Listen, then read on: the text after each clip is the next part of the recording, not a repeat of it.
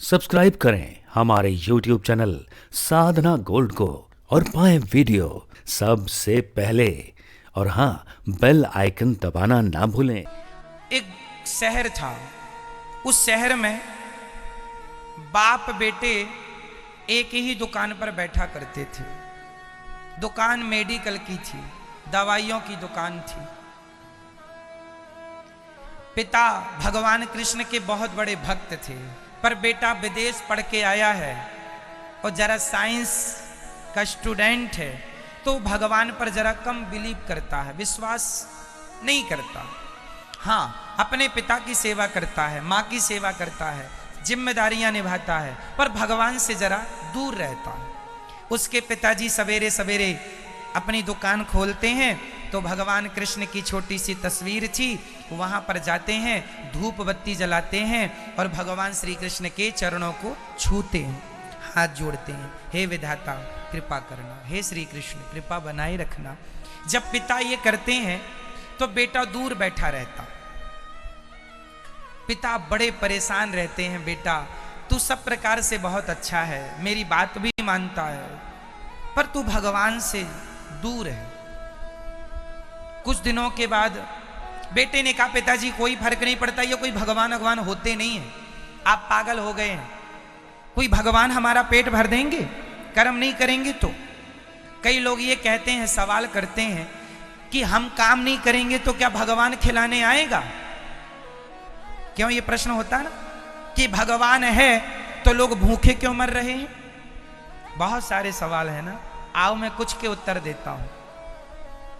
ये कहानी सुनाऊंगा, पहले ये सवाल खड़े हो गए हैं, उत्तर दे दो। सवाल पहला, क्या भगवान खाने को देगा? हम काम नहीं करेंगे, हम कर्म नहीं करेंगे तो क्या भगवान खाने को देगा? ऐसा लोग सवाल करते हैं। अब मेरा सवाल आपसे, ये जो खाने को दे रहा है आपको, ये ऑलरेडी आपको दे कौन रहा है? कौन दे रहा है?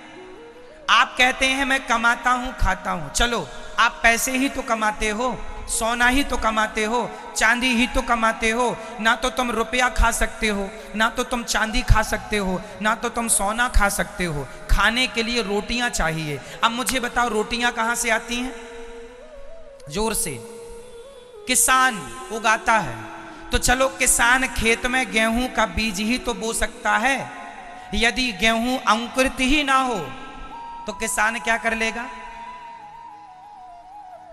क्या कर लेगा किसान? इस धरती पर जितने भी बीज अंकुरित होते हैं उन्हें कोई साइंस अंकुरित नहीं करता। कोई साइंटिस्ट अंकुरित करने जाता है हर खेत के बीजों को? सच्ची बताऊं, ये पृथ्वी से जो हमें अनाज मिलता है, दाल चावल सब्जियां रोटियां गेहूं चावल इत्यादि, ये सारी आखिर आती कहां से है? इसे देने वाला कौन है? इसे देने वाला कौन? परमात्मा है। ईश्वर या नहीं? आप भले ना माने पर सच्चाई यही है।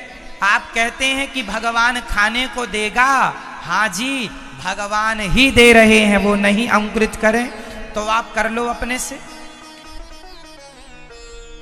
किसान बीज ही तो बो सकता है, पानी ही तो चला सकता है, खाद ही तो डाल सकता है।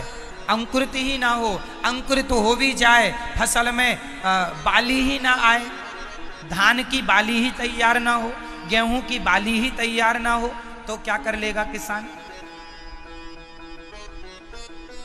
इसलिए वही है पालनहार।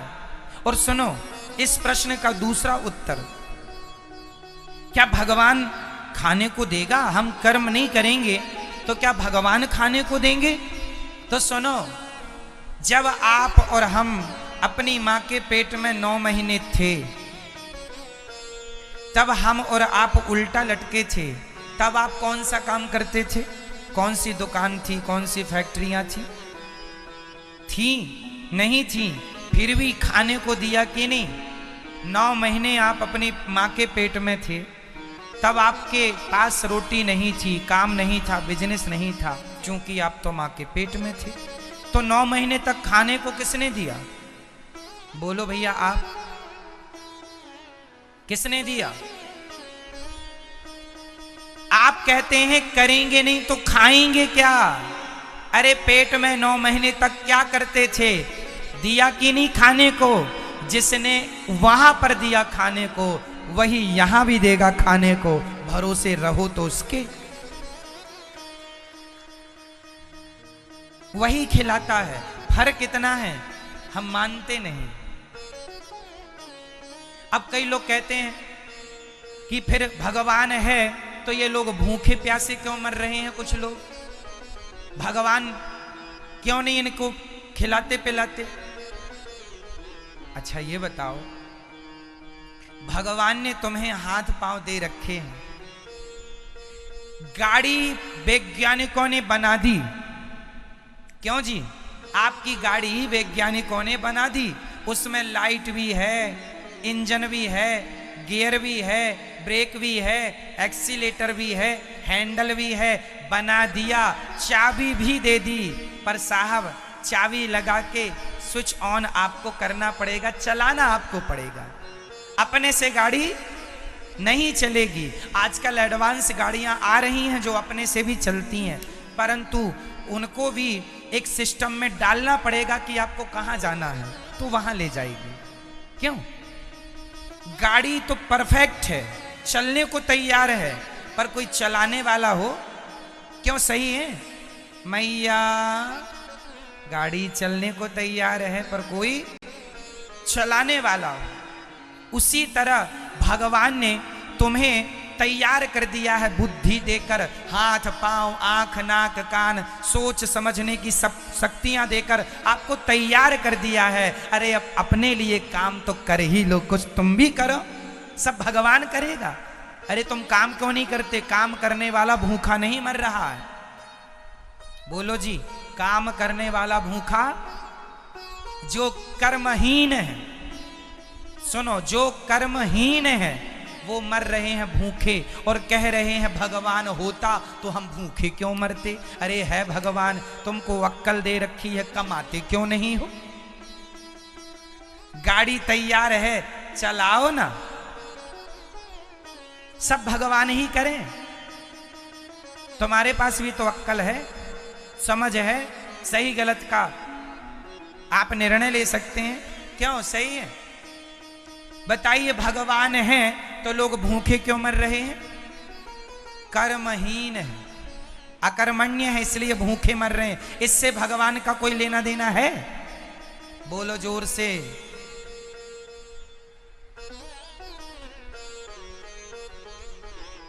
आज कर्म करने वाला तो भूखा नहीं है। क्यों? आप भूखे हैं? आप भूखे हैं? क्यों नहीं भूखे हैं आप? क्योंकि आप लोग कर्म करते हैं, आप काम करते हैं, आप कर्मठ व्यक्ति हैं, तो आप भूखे नहीं हैं। कर्महीन है, पड़ा रहे, पड़े पड़े चाहिए, और बाद में भगवान को गालियां दे कि भगवान तुम तो हो ही नहीं, क्योंकि तुमने तो हमें रोटी भी नहीं दी। भगवान ने कहा पगले, रोटी के लिए तुझे थोड़ा काम करना पड़ेगा, कर। तेरे को सुंदर हाथ, मैंने लंगड़ा बनाया होता, अंधा बनाया होता। अरे सुनो, जो अंधे हैं, जो लंगड़े हैं, जो नहीं कमा सकते, भगवान फिर उनको बैठे बैठे दे रहा है, किसी के द्वारा उनको मिल रहा। जब तुम अंधे लंगड़े बहरे होगे तो भगवान तुम्हें बैठे बैठे भी देगा, लेकिन तुम सब कुछ ठीक ठाक है तो कमा लो अपने लिए। अब गालियां भगवान को देने से क्या होगा? क्यों जी? जो आज अंधे लंगड़े बहरे हैं, सच्ची कहता हूं, वो रोटियों के पास नहीं जाते, रोटियां खुद चल के उनके पास आती हैं। कोई ना कोई, किसी ना किसी रूप में भगवान उनके पास पहुंचते हैं रोटियां लेकर। भूखा कोई नहीं मर रहा। अजगर करे न चाकरी, पंछी करे न काम, दास मलूका कह गए सबके दाता। सबके पालनहार कौन? सबके पालनहार कौन? भगवान। एक मेडिकल स्टोर था, मेडिकल की दुकान थी। बहुत ध्यान से सुनिएगा, कहानी बहुत इसलिए सुना रहा हूं ये कथा ताकि आप कभी भगवान पर संदेह ना करें, कोई डाउट्स ना रह जाएं आपके अंदर। ठीक है, सुनो। एक पिता पुत्र थे, पिताजी भगवान को मानते थे, बेटा भगवान को नहीं मानता था। पिताजी ने कहा, बेटा आज कृष्ण जन्माष्टमी है, चलो बिहारी जी चलते हैं वृंदावन। बेटे ने कहा, पिताजी कोई भगवान भगवान नहीं होते, आप दिमाग खराब हो चुका है आपका। पिता बड़े दुखी रहते, बाकी तो सब ठीक है, बेटा भगवान को नहीं मानता। एक दिन पिताजी का स्वास्थ्य बिगड़ गया, तो पिताजी ने दुकान में ही बेटे से कहा, बेटा अब मेरी आयु थोड़ी बची है बेटा, मैं मरने वाला हूं, पर तुझसे एक बात कहना चाहता हूं, तुझसे एक बात कहना चाहता हूं। क्या? कहो पिताजी। बेटा मेरी एक इच्छा पूरी करोगे? हाँ, क्या इच्छा है? मैं मर रहा हूं बेटा, मुझे पता है कि जब मैं मर जाऊंगा तो तुम दुकान से ये भगवान श्री कृष्ण की मूर्ति उठा के अलग रख दोगे, हटा दोगे दुकान से, क्योंकि तुम तो भगवान को मानते ही नहीं हो। तो मैं एक इच्छा है मेरी बेटा कि मैं जब मर जाऊं तो मेरे बाद तुम ये मूर्ति भगवान की हटाओगे नहीं, दुकान में भगवान को रखना। और सुनो, एक बार तुम भगवान को नहीं मानते कोई बात नहीं, पर एक बार कभी भगवान को तुम आजमा करके देख लेना। यदि तुम्हारे आजमाने पर भगवान खरे उतर जाएं तो मान लेना, वरना तो नहीं मानते, तो नहीं ही मानते हो तुम। बेटा सुना, ठीक है। पिताजी कुछ दिनों बाद सही में चले गए। बेटा अकेला दुकान में आता जाता, और चूंकि पिता ने कहा था तो मूर्ति को हटाया तो नहीं, लेकिन जब से पिताजी मरे आज सालों हो गए, लेकिन ना तो दिया जलाया वहां बेटे ने, ना तो मूर्ति को कपड़े से साफ किया। धूल जम चुकी थी। छोटे से गोपाल जी थे और भगवान श्री कृष्ण का एक पीछे चित्र लगा था, दोनों में धूल कस के जम चुकी थी, जबरदस्त धूल हो चुकी थी, पर बेटे ने साफ नहीं किया, क्योंकि मानते ही नहीं ना भगवान को। एक दिन की घटना है, बेटे के साथ अब वो घटना घटी जिस घटना के बाद वो बेटा ईश्वर की तरफ कैसे मुड़ा अकस्मात। अब वो घटना सुनिएगा। एक दिन वो अपने दुकान पर, यही बारिश का मौसम था, रात्रि के लगभग 8 बज रहे थे, मौसम बिगड़ा था, पानी रिमझिम गिर रहा था। वो अपनी दुकान पर बैठा और अपने दोस्तों के साथ, दुकान पर पानी गिरने के कारण कोई ग्राहक तो थे नहीं, बाजार खाली था, सब अपनी दुकानें बंद करके जा रहे थे। इसे लगा मैं थोड़ा बैठता हूं। इसके दोस्त आ गए तो ये अपने दोस्तों के संग दुकान के अंदर ताश खेलने लगा, ताश खेल रहा था। उसी समय एक घटना घट गई। घटना घटी पड़ोस में। घटना यह थी कि एक मां थी और उस मां का लगभग 7 साल का, 6-7 साल का एक छोटा सा बेटा था। उस बेटे की मां बीमार पड़ गई। बीमार जब पड़ी, डॉक्टर को उस बच्चे ने बुलाया। डॉक्टर आए, उस मां को चेकअप किया, कहा बेटा तुम्हारी मां को बहुत भयंकर बीमारी हो चुकी है, तुमने आज तक दिखाया क्यों नहीं? मां ने कहा, कहां हम गरीबों के पास इतना पैसा होता है कि हॉस्पिटलों में जाएं। डॉक्टर ने कहा कि आपके पास कौन कौन है? बोले एक मैं हूं, एक मेरा बेटा है, बस कोई नहीं। मां ने, डॉक्टर ने दवाई लिख के दी, बोले ये दवाई आपको मिल जाएगी, आप खा लेंगी तो बीमारी कंट्रोल हो जाएगी। लिखकर डॉक्टर चले गए। पर्चा मां ने उस बेटे को पकड़ाया, कुछ पैसे तकिए के नीचे से बूढ़ी मां ने निकाला और पैसे दिए, कहा बेटा जाओ, जाकर जल्दी से ये दवाई लेकर आ जाओ। वो 6 साल का बेटा दौड़ा दौड़ा गया। मां मर जाएगी तो बेटे के पास कोई प्यार करने वाली मां नहीं होगी। दौड़ा दौड़ा गया, सारी दुकानें बंद हो चुकी थी, पानी हल्का हल्का गिर रहा था। चारों तरफ सन्नाटा था। बाजार में वो अकेला बच्चा खड़ा दवाई का पर्चा लिए। तभी उसे एक दुकान पे हल्की सी टिमटिमाहट दिखाई पड़ी, प्रकाश दिखाई पड़ा। वो शटर आधी गिरी थी। वो छोटा सा बच्चा पर्चा लेकर उसी दुकान पर चला गया, उस मेडिकल की दुकान पर जहां पर वो बेटा अपने दोस्तों के संग ताश खेल रहा था। उस 6 साल के बच्चे ने कहा, भैया भैया हमारी माँ बीमार पड़ गई है, डॉक्टर ने कहा है ये दवाई नहीं मिलेगी तो मर जाएगी, क्या ये दवाई है? उसने पर्चा लिया, बोला हाँ ये दवाई है। और उसने एक शीशी ताश खेलने में इतना मस्त था कि वो कौन सी दवाई दे रहा था उसे पता नहीं था। उसने दवाई दे दी, बच्चा लेकर चला गया। जब बच्चा गया तब उसे होश आया, अरे मैंने यहां जो दवाई बच्चे को दे दी वो तो चूहे मारने की दवाई थी।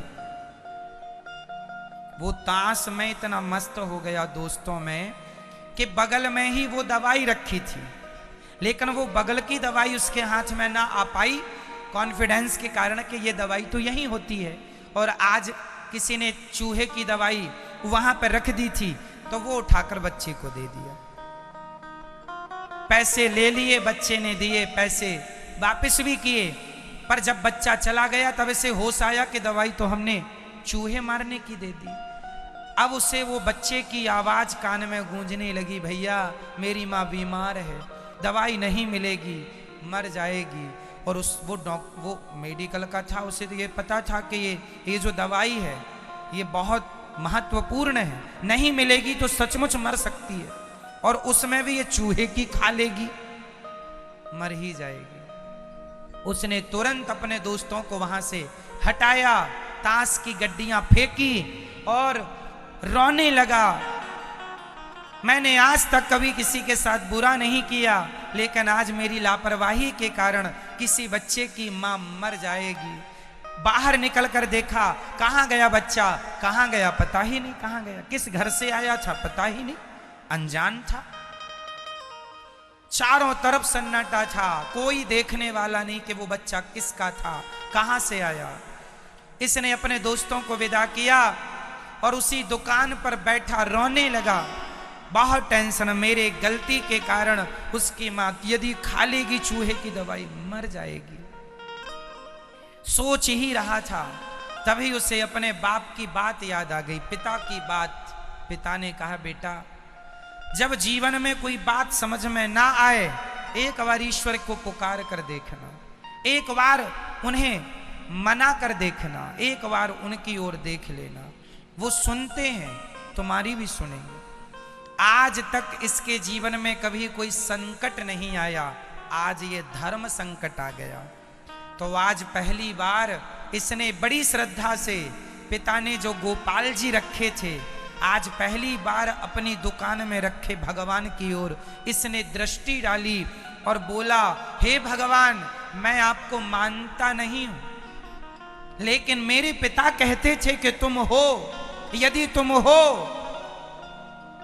तो वो बच्चे का मुझे पता मिल जाए, मैं मान लूंगा कि आप हो। यदि मिल जाएगा तो मैं अपनी गलती सुधार पाऊंगा, शायद मैं बचा पाऊं उसकी मां को।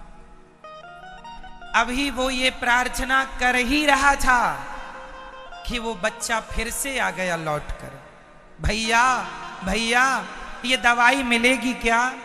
उसने देखा, ये अरे तुम वही बच्चे हो ना जो थोड़ी देर पहले, हाँ हाँ, तो हमने जो तुम्हें दवाई दी थी वो कहाँ गई? भैया वो दवाई जो आपने दी हम लेके जा रहे थे, घर पहुंचे कि आंगन में हमारा पानी गिर रहा था, हमारा पांव फिसल गया और वो दवाई जाके एक पत्थर पर लगी, वो शीशी फूट गई, पूरी दवाई बह गई, पूरी दवाई बह गई। अब उसने कहा, हे विधाता, हे परमात्मा, मेरे पिताजी कहते थे तुम हो और तुम सुनते हो, इतने जल्दी सुनते हो, ये आज मैंने देख लिया। तुरंत उसने अपनी दुकान बंद की, दवाई उठाई उसके साथ गया, उसकी माँ को हॉस्पिटल ले गया और उसकी माँ का अपने खर्चे से इलाज कराया। और इलाज करा के जब उसकी माँ, डॉक्टर ने कह दिया सब नॉर्मल है, घर आया, सवेरा हुआ, दुकान की शटर उठाई, सबसे पहले साफ कपड़ा उठाया, गोपाल जी को साफ किए, आंसू बहाए, हे विधाता मैं कितना बड़ा अपराधी हूँ, आप ही सब कर रहे हैं और मैंने अपने आप को कर्ता मान लिया। जो इंसान नहीं कर सकता, जो साइंस नहीं कर सकता, वो केवल आप कर सकते हैं, इसलिए मैं आज से आपका हो गया। उस दिन से उसने भगवान पे जो विश्वास किया, मान गया कि जब कोई नहीं सुनता तब भगवान सुनते हैं। द्रौपदी के पति बैठे थे, कोई सुनने को तैयार नहीं, अंत में द्रौपदी की पुकार भगवान ने सुनी। कोई माने ना माने, आप मानो ना मानो, पर अंत में तुम्हारी पुकार भगवान ही सुनेंगे, कोई काम नहीं आएगा।